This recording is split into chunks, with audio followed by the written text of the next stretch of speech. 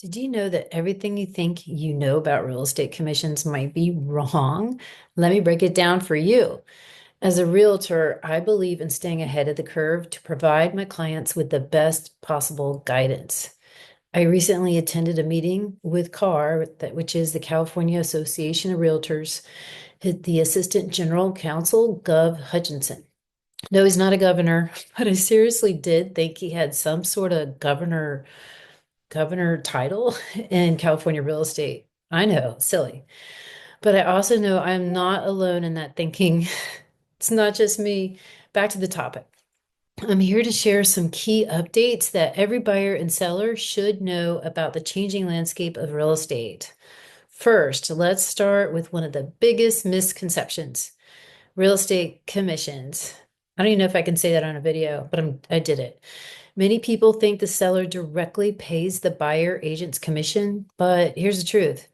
The buyer's funds cover everything. The seller doesn't go to the bank and take out money for the buyer agent. It doesn't work like that. It's all handled through escrow. The key takeaway for sellers is focus on your net proceeds, what you'll actually take home after the sale. Don't worry about who gets paid what. Worry about how much you will net. That's the key.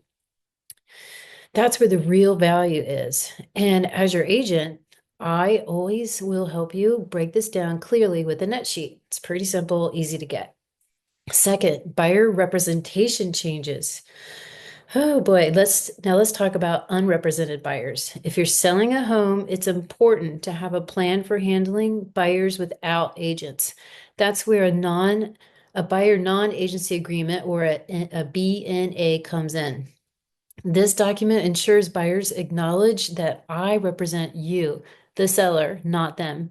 It's a simple step that protects everyone involved and keeps things transparent.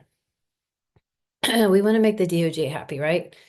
Third, MLS rules and concessions. MLS rules have also evolved a bit. For example, you cannot include specific terms about commissions in your listing, but you can mention credits for buyers or say seller willing to consider offers with concessions. It's all about clear communication while staying compliant with regional regulations. All MLSs are different, and your realtor needs to know these rules. So that fact was for your realtor.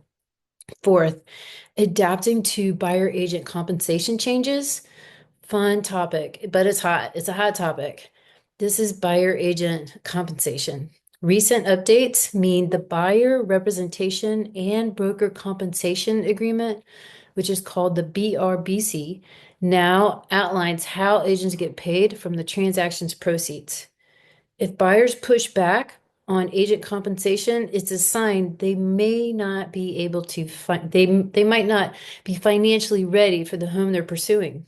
In these cases, I recommend raising the purchase price to cover any adjustments. It keeps negotiation simple and fair for everyone.